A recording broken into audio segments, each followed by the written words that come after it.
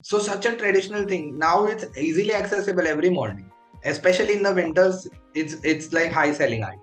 Then similarly, breakfast, healthy breakfast for hostel going bachelor people, which I have personally experienced, right? Is Vada pav. unavailable. As ma'am said, it's deep fried. It's fried thing. Then you have to identify the areas. Okay, where are these people who want a healthy breakfast? Then we have parathas there. We have idlis and sambars and all of these available there. So we can then have vendors come up there doing these things at the area where we have recognized where there is demand. So it's some kind of market research wherever there is void and we feel okay, we need to fill this space. And the third one is you can help them by microfinancing. Now government scheme exists from COVID time. PM Swanidhi scheme exists. But the problem there is that a vending cannot start from PM Swanidhi scheme. A existing vendor can get PM Swanidhi. So then in that case, you'll have to do the micro credit or micro thing from the government or somebody who gives them formal sort of credit to start their vending. That we can do.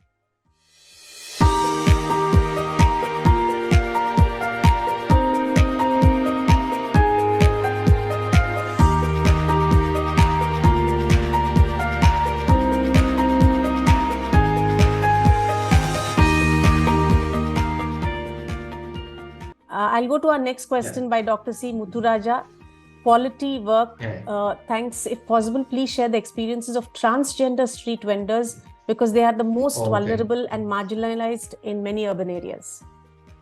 Yes, sir, you're right. Actually, unfortunately, India doesn't have as many street vendors as we would like to have. There are only particular cities, and mostly you'll see it in bigger cities where due to certain kind of government scheme or that could be the local level government scheme or state government scheme, they have been rehabilitated. Instead of begging sort of thing, they can do certain things. Like in Bombay, there's a famous chai wala lady, uh, chai lady who is a transgender, but it's not so much well done in India. But in Thailand, you can see it is done well in Thailand and in Philippines.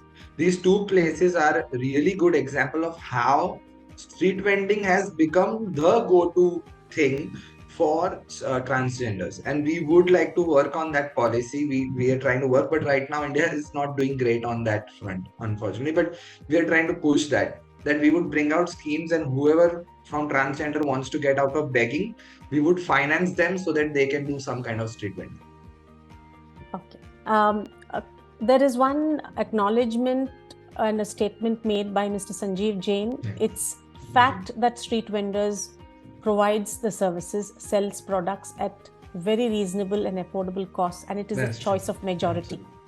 Okay, next statement is from Ms. I'm Tara. very overwhelmed by this amazing response. Actually, your comments are so positive. It's just bringing me so much energy. Thank you. Okay. Okay. Next question is from Tara S. Nair. Lack of funds causes street vendors very tiresome process. So you were talking about microfinance availability.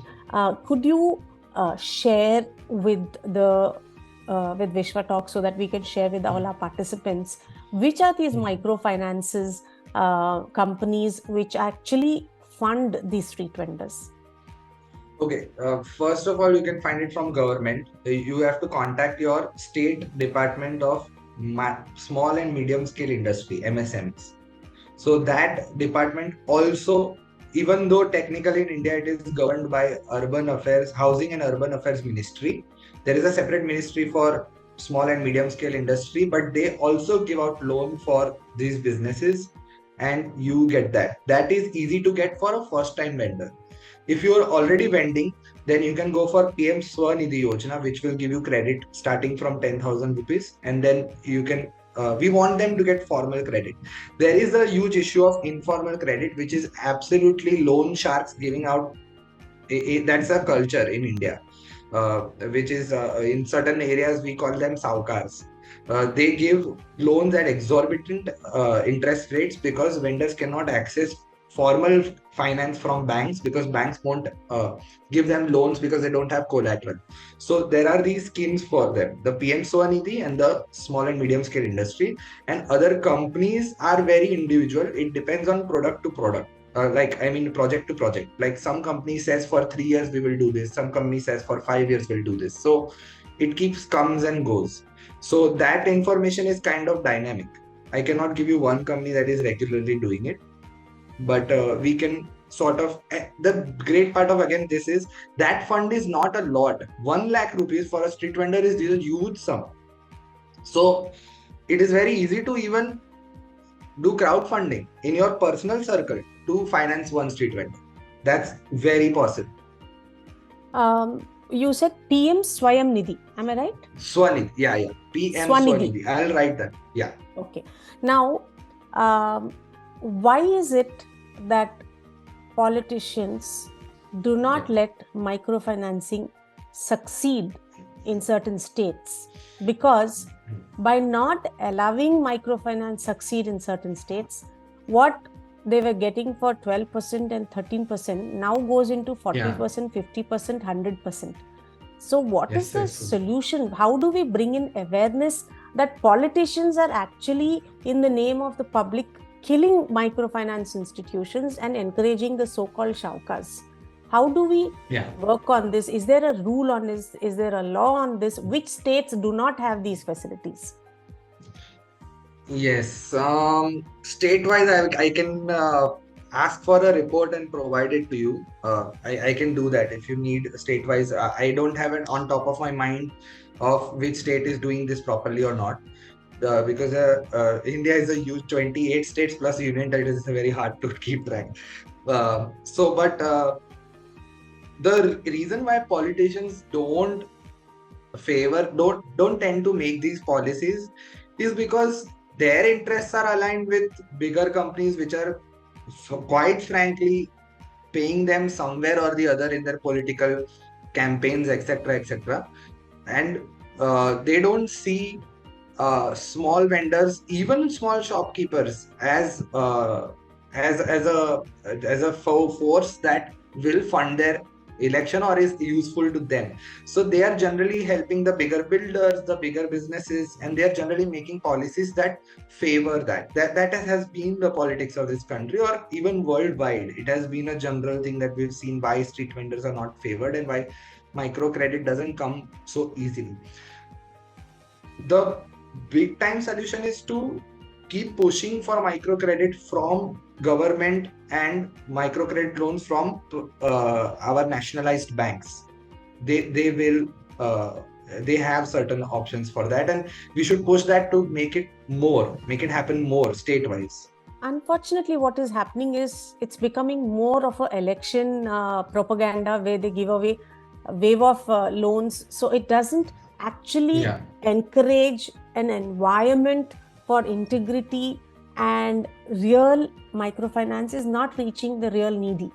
So is there any paper on it? So one thing is, you said you will share with us the state-wise report, which we will share with our participants. But I would also like you to see if you can give us a report on a research report on this. On how to develop micro or just condition of microfinancing, especially for street vendors. We can take it up. We'll have a talk about this. We might assign some resources to do that, and we can see if we can find something on that, because, for sure. But you are microfinance will actually change the whole picture. I feel that's true, man. The research should work towards getting in microfinance for the street vendors. Research should work on getting land allocated every 2-3 kilometers in urban areas, like we have the Raitu Bazaars in Hyderabad. Like that, if we can actually have area allocated for street vendors, it would be great. So let me just, because there was so much information, I didn't say that, but land has been allocated to street vendors officially, at least in the Act. 2.5% of the urban land in any city that is public land is assigned to street vendors. And which therefore, act is this? The Street Vendors Act 2014. Okay. Yeah. Okay. So our next question is from Mr. Chandan Pandey. Yes, sir. Please unmute yourself. Yeah. Thank you, Jay, and thank you, WishwaTalks, for such a wonderful topic. And this is most neglected topic, I can say. And thank you very Yes. much for bringing this into mainstream. And there are very strong and very good discussions around.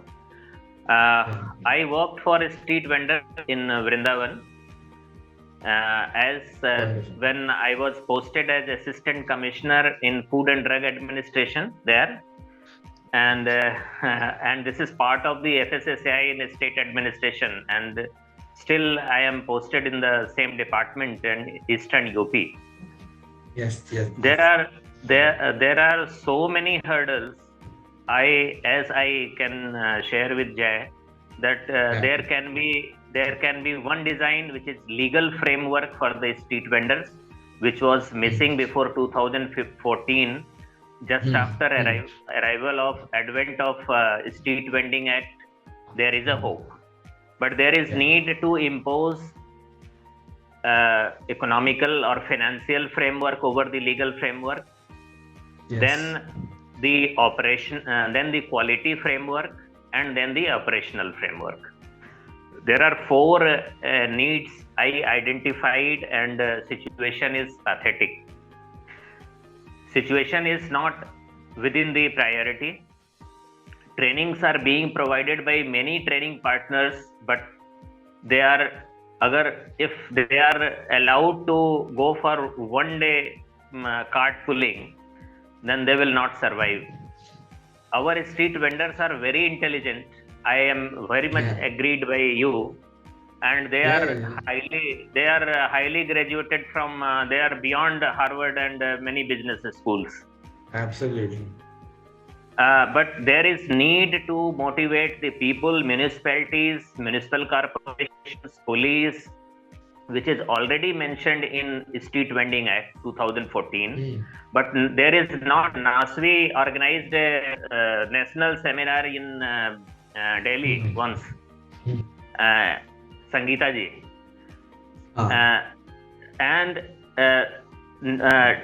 town vending committee, there is not a single city, small or bigger, that there is town vending committee is toppled down by the local municipalities or somewhere some local officers. So That's there true. is no legal framework is practically working in the country anywhere.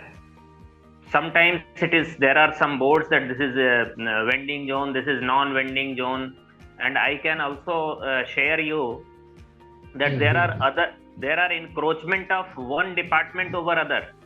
There are facilities given by one department, and that facility is not harnessed, and some other department comes and means total environment is very highly confusing, It totally is. irresponsible, because street vendors are not socio-economic or political force. So my question and my answers are also very much mixed. I'm Mm. thanking That's you true. for very deeper study where people have very less interest in this area. But I deeply worked for in Meerut, in Vrindavan, in Aligarh, in many cities, and I usually go to the houses of street vendors. Their living conditions, their living conditions are so pathetic, but FSSAI is asking about the quality, whether they are having soap, wash their hands or not. Wow. Thank you so much for addressing that, sir. It's okay. I'm very grateful So, you said that. Jay, you are doing wonderful job, and I need Yeah. your association. Yes, sir. Absolutely. And I am, but this is very closer to my heart. But this does not need very. We need to learn from street vendors. I have number of examples, and how they are feeding the population, uh, and there is huge opportunity for this country. Uh, for the women's security, for the poverty eradication, for the beautification of the for the urban areas, for the social security even, and services you identified so much, and there are even more services in highlands of the Himalayas. There are different, very different, peculiar type of services available. So I need your association, and we will. I will Yes. give, though I am preoccupied in many things, but still this is very close to my heart subject.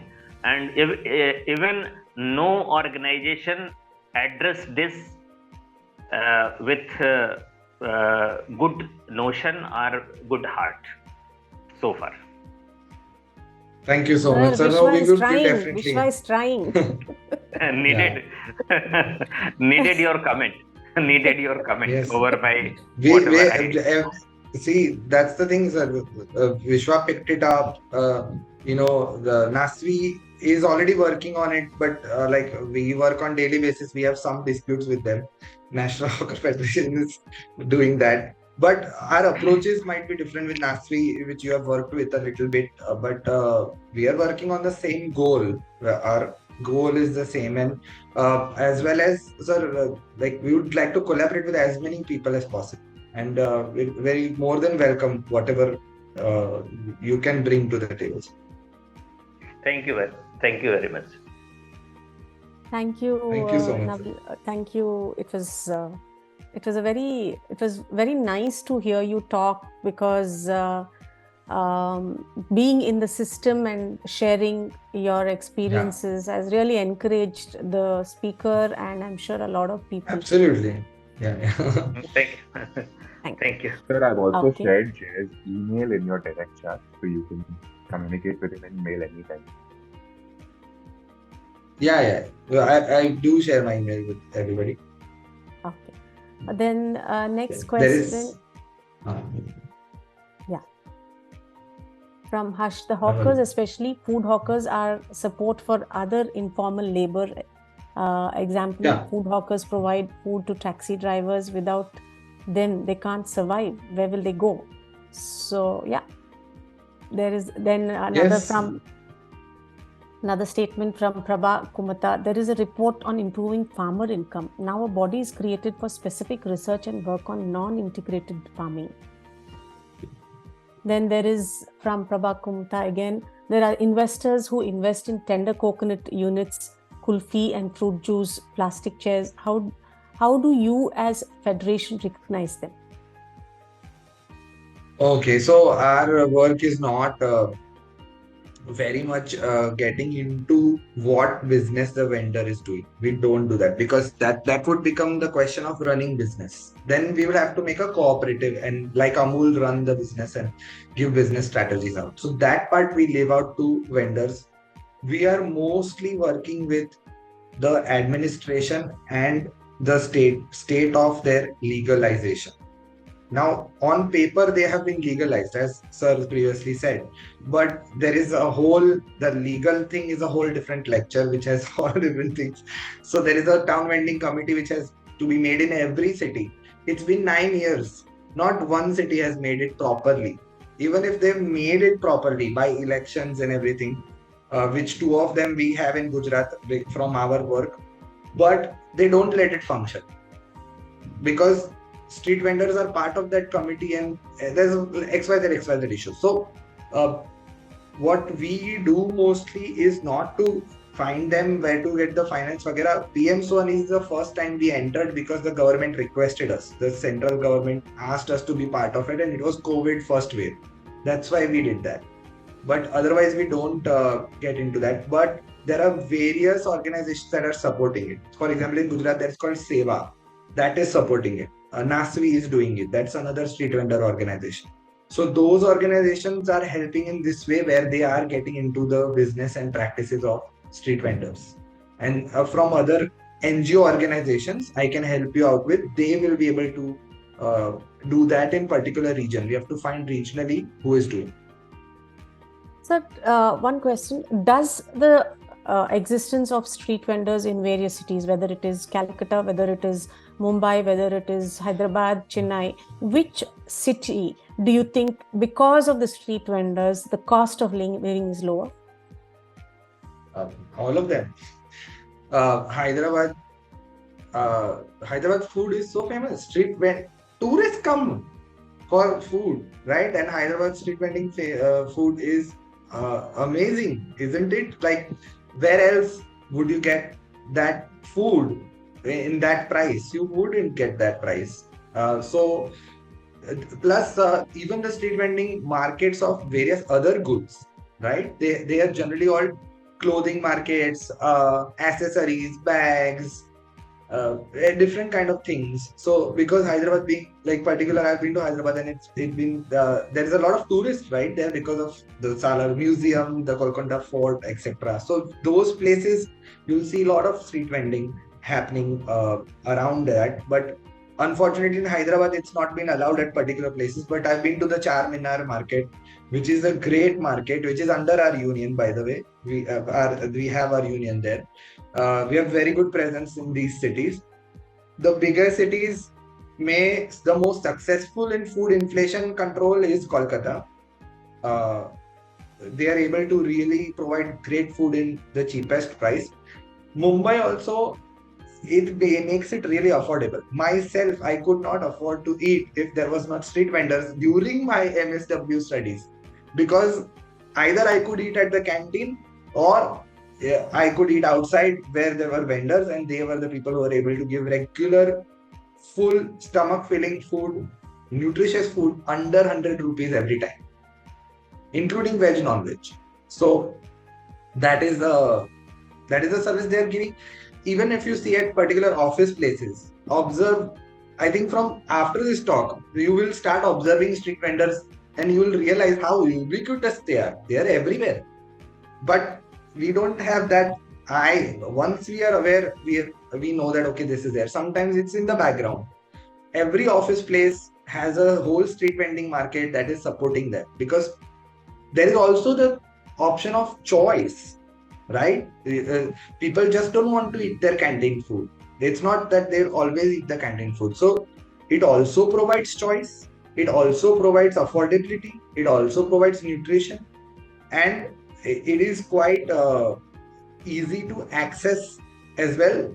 Plus, I would also say there is credit system for office. If you're a regular, you don't pay for 2-3 times, that it's okay. The vendor's like, no problem, you come. So credit system, can you get credit if you go to McDonald's? You cannot. Okay, so next question from Mr. Naval Sharma. Unmute yourself and ask, please.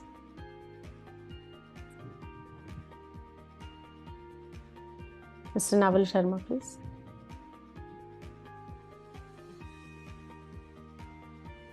We can't hear you. Mr. Naval Sharma, we can't hear you.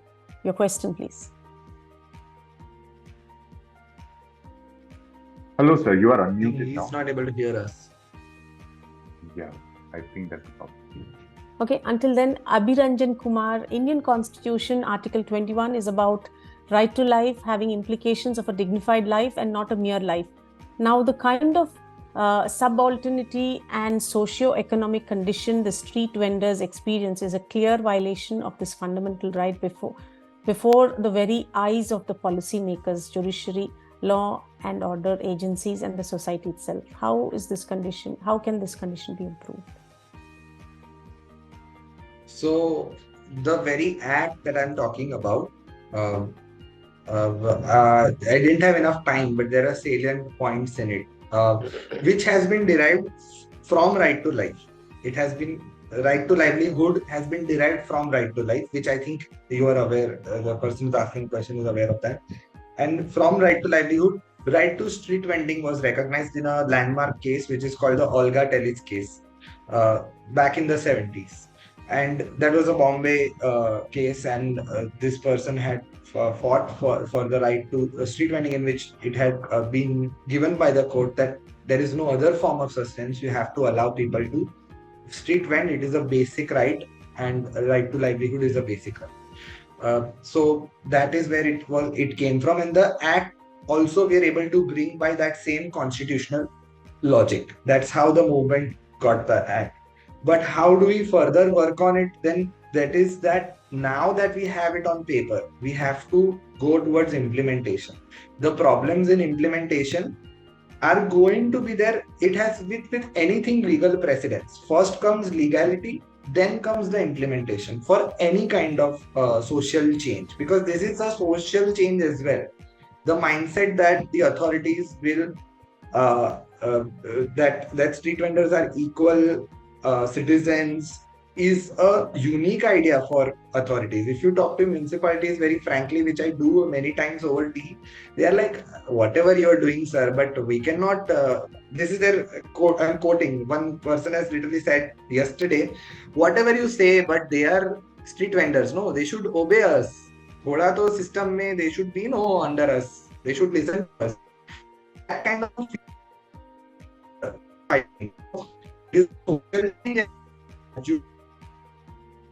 Like it's like first you ban, first you legalize widow remarriage, and then you work on the society to make it okay for society to accept it. So in the same way, this is like some kind of race, class system which we have legalized, that now we are all equal and everybody has the right to vend, but we have to slowly work on the mindset of the society and the administration to keep pushing it to make it happen a reality. I would just like to add one thing, is that the leader of our movement, Shaktimanji, often says it.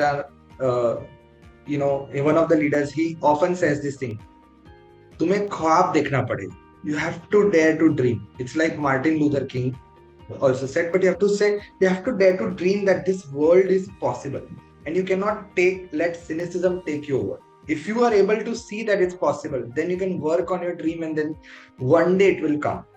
That is literally how we talk in our meetings. It's our dream to make it a reality. So we have seen this dream where these people are equal and valued citizens, and that is, we will slowly work towards that. And we would love that if whoever would like to contribute in whatever way, please welcome. Next, Mr. Naval Sharma has asked you to please share the talk by the Indian Army veteran about the street food.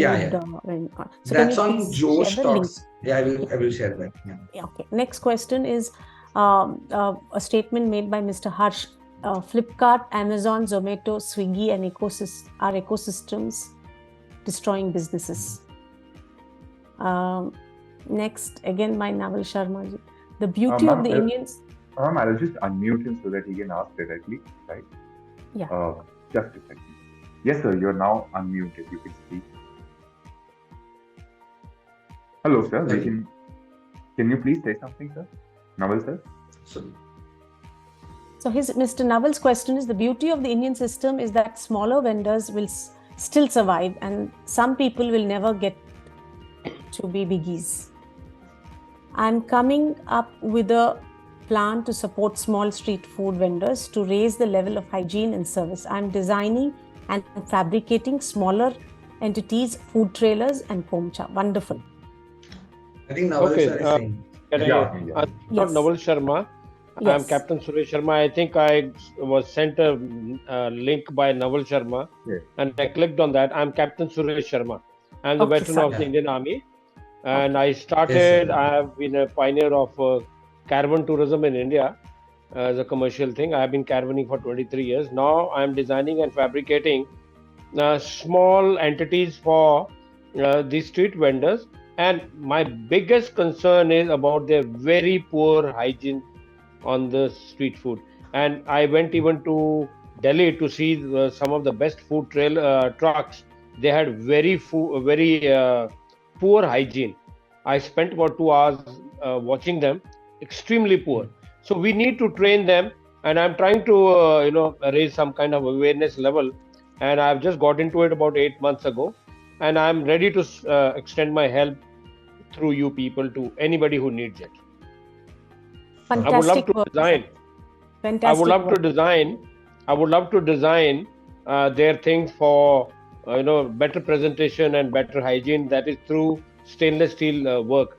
And my concern is the biggest problem these street vendors are facing is mafia, local mafia of municipal corporation, Absolutely. police, and the politicians. And can you imagine? I have seen in one city, one politician has 45 vendors under his umbrella.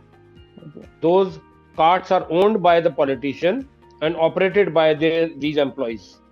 And I was amazed in last 8 months when I saw that these food vendors, they work very hard. They are very intelligent. Let me tell you, some of them, they are so intelligent in business, they can deliver lecture at IIMs and they can teach business to these people. All IIMs, they teach you bookish business, but these vendors can teach you practical.